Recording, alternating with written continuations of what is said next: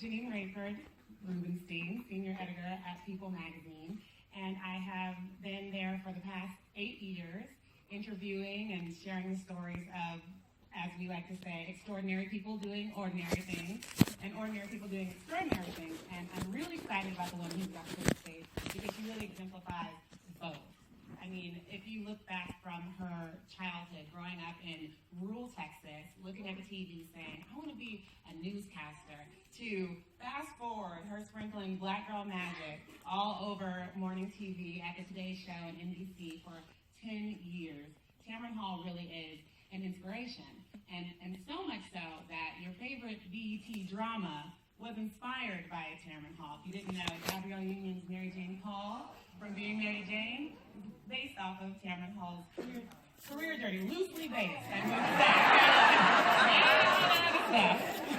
I don't know stuff. Her career journey.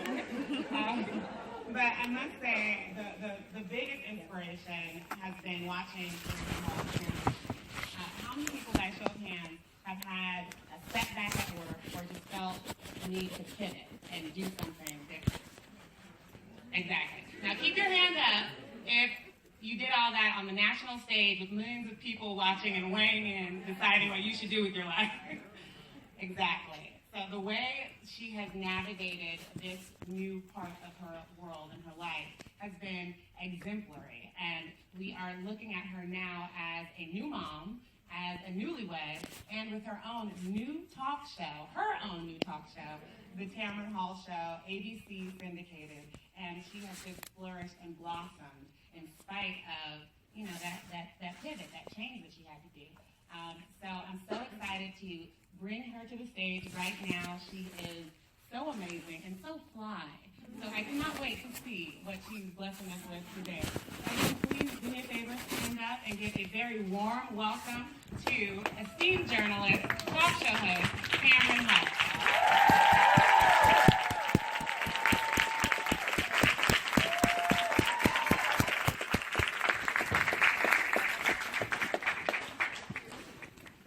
Absolutely beautiful.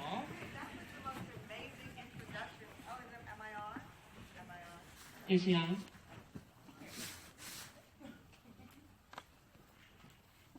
Thank you. That was the most amazing. I should have you write that every day I walk out of the show. Thank you, Janine. And this one's fly. So you look like Queen of Zamunda. Coming to America too. Beautiful. When Tamron's coming, you got to set your game up a little bit. You look amazing. Amazing. So the last time we talked was back in July. You were on the road working. Yeah.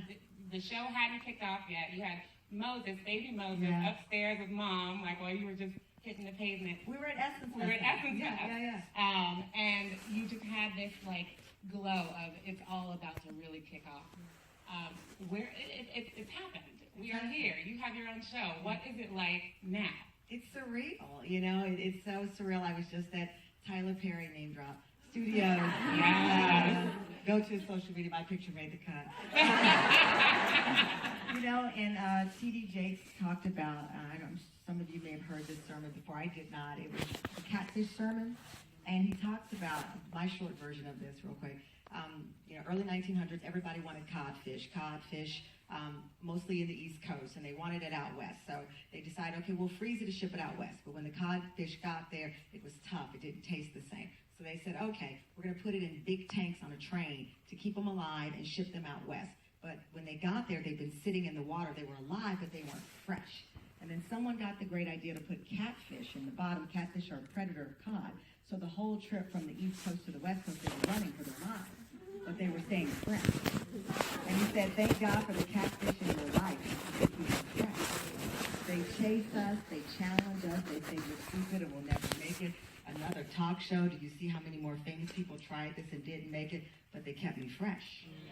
And I love that analogy because you need the catfish, you need the haters, you need the pivot when you're not expecting it at 47 to keep you fresh. And so for me, it's so surreal, but I'm only back on air because of many of you are writers and you're not supposed to have opinions and all whatever is there.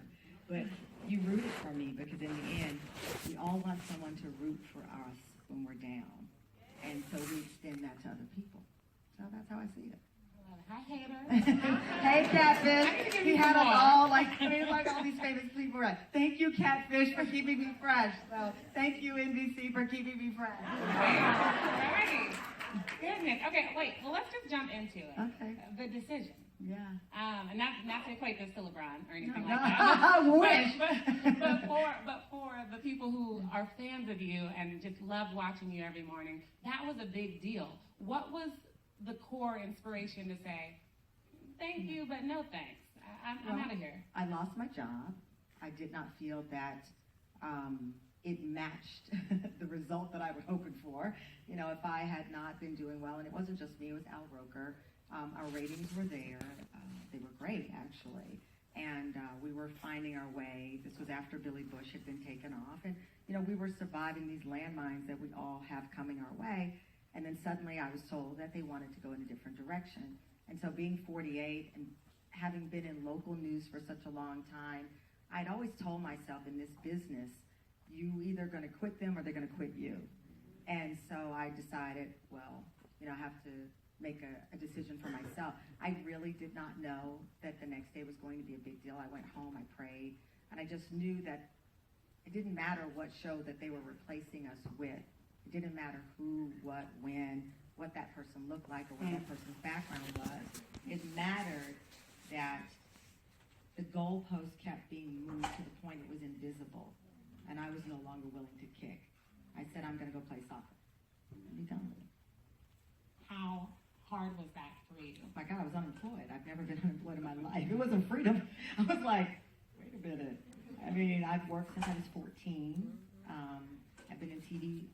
People don't realize this, since I was 18. Joe Frazier got me in television when I lived in Philadelphia.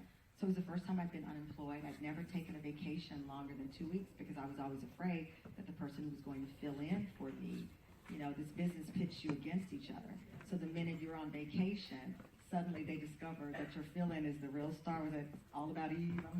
You know, I was like surrounded, I felt, by not that other women were trying to replace me, but companies pit us against each other, especially when you're one of one, meaning you're the only person of color.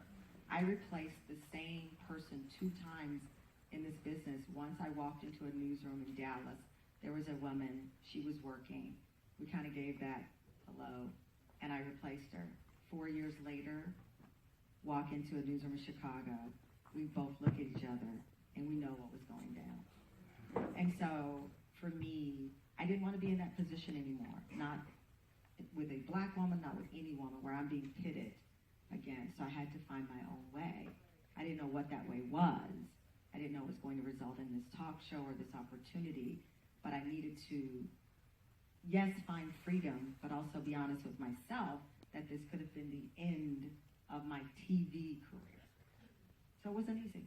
What was in that? I had a woman that I spoke with recently who had recently left a job, and she called it the wilderness. She was like, and being in the wilderness was one of the most refreshing and enlightening periods of her life. Did it feel like that for you? No. No. I was like, are you kidding me? I need a job. You know? I mean, God bless her, but no, it wasn't that great. But I wasn't hurt either. You know what I mean? I'm kidding. I didn't feel, this wasn't my eat, pray, love moment. But it was something that, you know, when your back is against the wall and you have no choice, you don't have time to think about it. So in many ways, I felt my back was against the wall, and I get emotional still when I talk about it, but I wasn't going to live on my knees. And so that was it. And then the next morning I woke up, and when I say by living on my knees, I made the case. These are our ratings. This is what we think we can bring to the table.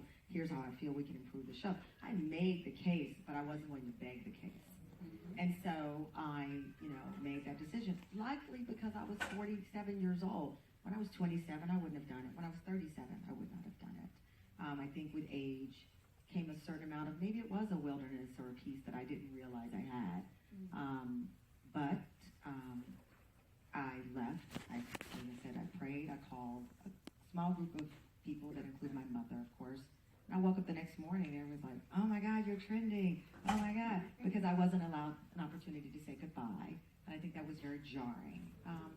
And then I gave away a bunch of clothes because I did realize that, oh my gosh, I'm trending. What do I do with this power, this voice now? And I've worked with Housing Works here in New York for many years, and they provide amazing assistance to people living with HIV and AIDS. So I thought, okay, for once you have the power, how are you going to use it? And I said, fine, let me shine a light on a group of people that are saving lives. And that's what I did. Thank you. In that period, before, maybe just after the news came out that we would be seeing you again, thank God, you did have some pretty wonderful experiences. You got married. I did. You had a baby. I did. I remember talking to you a few years back. The first time we sat down together. Met at the Aretha Franklin birthday party. At the birthday party, yeah. And you told me, you're like, I am not a victim of my success. You said that to me. You said, I don't have, the marriage and the kids or anything right now, and that's something like I look forward to and I hope for, but I love what I do. I love my career. Yeah. A lot has changed in a few years. Listen, I still love my career. My son watches the show every day. No, because I believe you can love both. Listen, I would have been the only non-mother on the Today Show had I stayed. Right when I left, Hoda had been able to have her beautiful daughter come into her life. So I'm very cautious how I talk about Moses in the sense that he is a part of me, but he's not the total sum of me. And I worked very hard to get where I was at 47. Someone asked me the other day, a writer who probably doesn't like me anymore, but she said something to the effect of, did you put too much into work and that's why love didn't work out?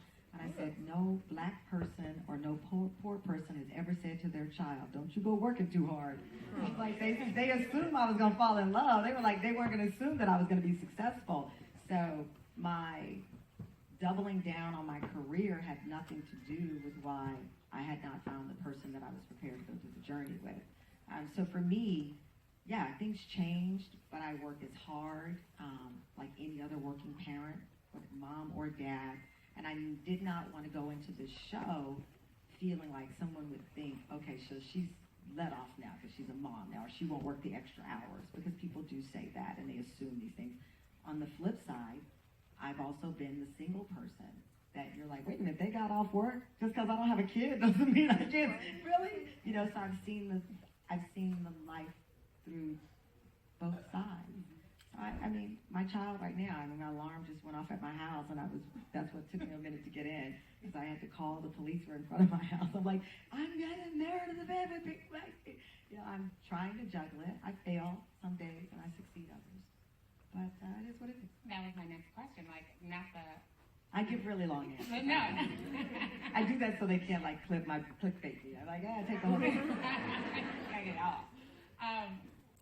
Where do you find your sense? You have your own talk show. People don't understand how intense that is and the schedule that goes with that. Also, a newborn and a new hubby.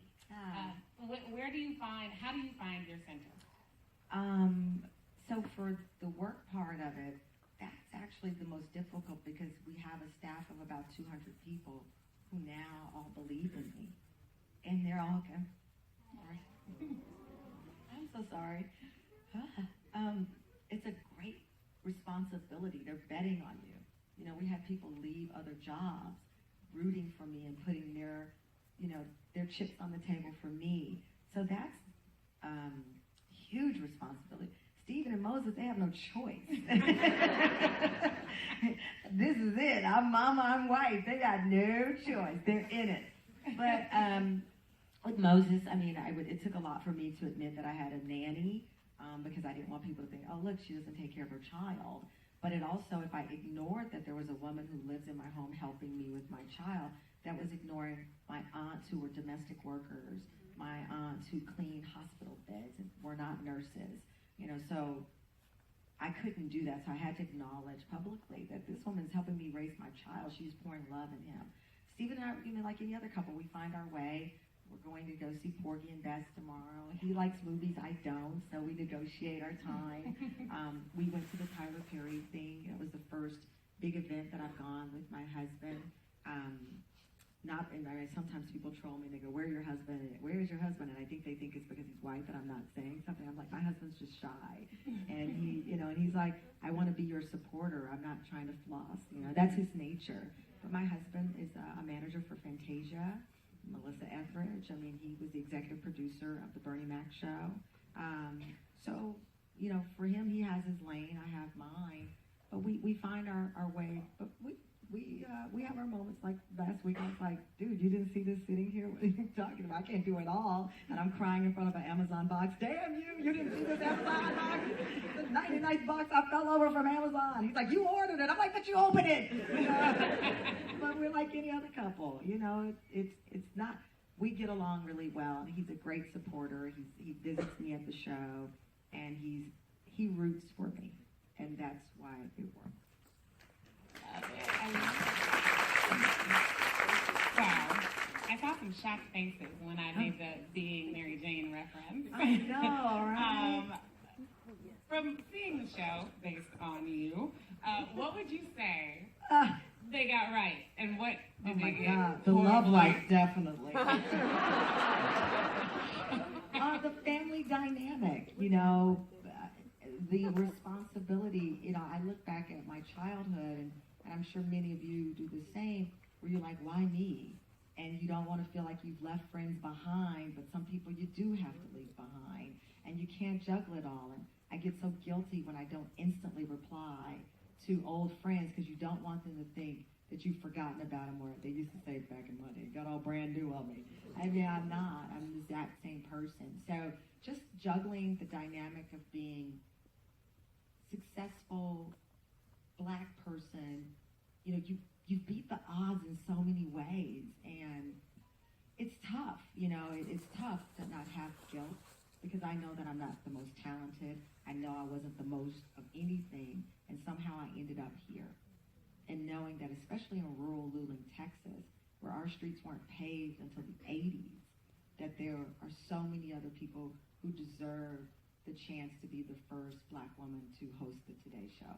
But for some reason, God, the universe, which is what I believe, gave this opportunity to me. So juggling just those dynamics of being the first in your family. People forget how many firsts there still are in Black families. And so that's a part of the show that I think she really taps into, juggling that dynamic of family and expectations, and people asking you for loans, and you're like, "I'm not as rich as you think I am. This is loaner, I'm sorry." But I think that's fascinating. But the show's phenomenal. And Gabrielle Union, she knew I was pregnant. I knew she was expecting their child. And she appeared on my pilot. We had a pact to keep the secret. And she's been fantastic. Mara Bracakil was one of the first people who came to me and was like, "You can do it." And then when I got fired, People magazine called her and she gave a quote, when I do know that others were contacted and they were too afraid to speak up publicly for me. She did. She wrote for me. She did. Yeah, she did. Beautifully. Go get that back issue. It was really good. Yeah, she did. She did. Yeah. Thank you so much. I want to ask something for the audience here, because you have a lot. It's CultureCon, and you have these young creators. Like she's like, "Oh, I'm prepared for the question." You have a lot of young creators out here who are also first in their family, I'm sure, but who are going through that stage where they may have that transition coming up. And I asked earlier, like by a show of hands, who has had to pivot? Who has had that? You will have to pivot. You will. It's inevitable.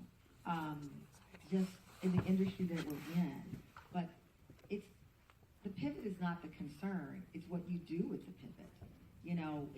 I always tell people, and we've talked about it, power is nothing if you can't extend it to someone else. It's nothing. And so for me, that's something I always kept in the back of my mind. Am I surprised that I'm here? Yes and no. Because I worked hard for it. And you've worked hard to be where you are. So the pivot is going to come. It's going to come, like, I saw mine coming. So I always tell people to be mindful. That doesn't mean it's a negative pivot that's going to come your way, but something is going to come that requires you to make a change. The catfish. How will you stay fresh? That's the pivot. And that's how I see it. What was I doing? At one point in time, I was on 7 different TV shows on 4 different networks. Do you know how many times I said, if I was white, they would have wrote this story? But that's okay. It was keeping me fresh. So the pivot is simply you have to stay fresh. You have social media, you have digital opportunities that are groundbreaking. I mean, I just left a facility that was once a Confederate soldier army base that is now owned by a black man who was homeless. I mean, then he bet on stage plays. I mean, that's incredible. So the pivot, no matter who you are, is coming. It'll come for many different reasons. Are you ready for the pivot? It's coming, but are you ready for it? That's the difference. I was ready for it. And that's my only advice. It's the new version of stay woke. It's coming. Be ready. You're prepared. You are unique. You are crazy enough to pull off whatever idea you have in your head right now. That's what you want. We have time? Okay. Do we have 3 minutes? Okay, great. This is when the mean questions come whenever they say 3 minutes later. No. You brought it up a few times. What was it like? What was Tyler Perry? Come on, incredible. Just who was there? What was happening? You know what? T.D. Jakes said, I keep quoting T.D. Jakes, but he said people kept calling him, asking him, what is it like? And he said, it's like nothing you've ever seen before in your life. And that was so magical. And by the way, yes, it's extra important because he's a man of color, but anyone pulling this off. My friend said to me last night, this dude is Walt Disney. You know what I mean? Think about it that way. He said, don't think about it as a black man pulling it off or a black person. No one has ever done this in history of humankind. So he is Walt Disney. Like, that's the incredible part about it. We're going around the sound stage, and they built an exact replica of the White House in 95 days. But more than that, I watched him, and I hope he doesn't get mad when I say this, I watched him walk around and literally greet everyone and say thank you. And I think that's something we also forget, because how you treat people is, again, how they root for you. And that was a big part of watching Atlanta root for him, because he came in, he brought in jobs. Other people have made as much money, let's be clear. But he used his power in such a way that put him in that position to employ, but also at the same time, he greeted the people who were not A-list exactly how he greeted the A-list. I didn't see a difference. So that's something else as we go through our creative process and as we grow and we prepare for the pivot. I think it's so important, because this industry can pit you against each other. It can make you bitter. It can make you forget the people who rooted for you. And I watched this man. There were people I was like, where do you know him from? But I knew that that was someone a part of his journey. So that's what it was like. It was, yeah, you can get caught up in all the trappings of it. And yes, I was like, oh my God, Beyonce. Girl, can I book you? Get out of here. But beyond that, to watch someone so powerful greet every person and inspire. It's, again, I'm sure all of you have an idea in your heart and your head right now. Just be crazy enough to believe it can work. And that's really what he did. And that's what you did. You have Tamron Hall, the show. Everyone, thank you so much. Tune in, ABC, syndicated, check your local listing. She is on fire. She's amazing. Thank you. Hi guys, I'm Janine Rubenstein, Senior Editor at People Magazine, and I have been there for the past 8 years, interviewing and sharing the stories of, as we like to say, extraordinary people doing ordinary things, and ordinary people doing extraordinary things. And I'm really excited about the woman who's got to the stage, because she really exemplifies both. I mean, if you look back from her childhood, growing up in rural Texas, looking at the TV saying, I want to be a newscaster, to fast forward, her sprinkling Black Girl Magic all over morning TV at the Today Show and NBC for 10 years.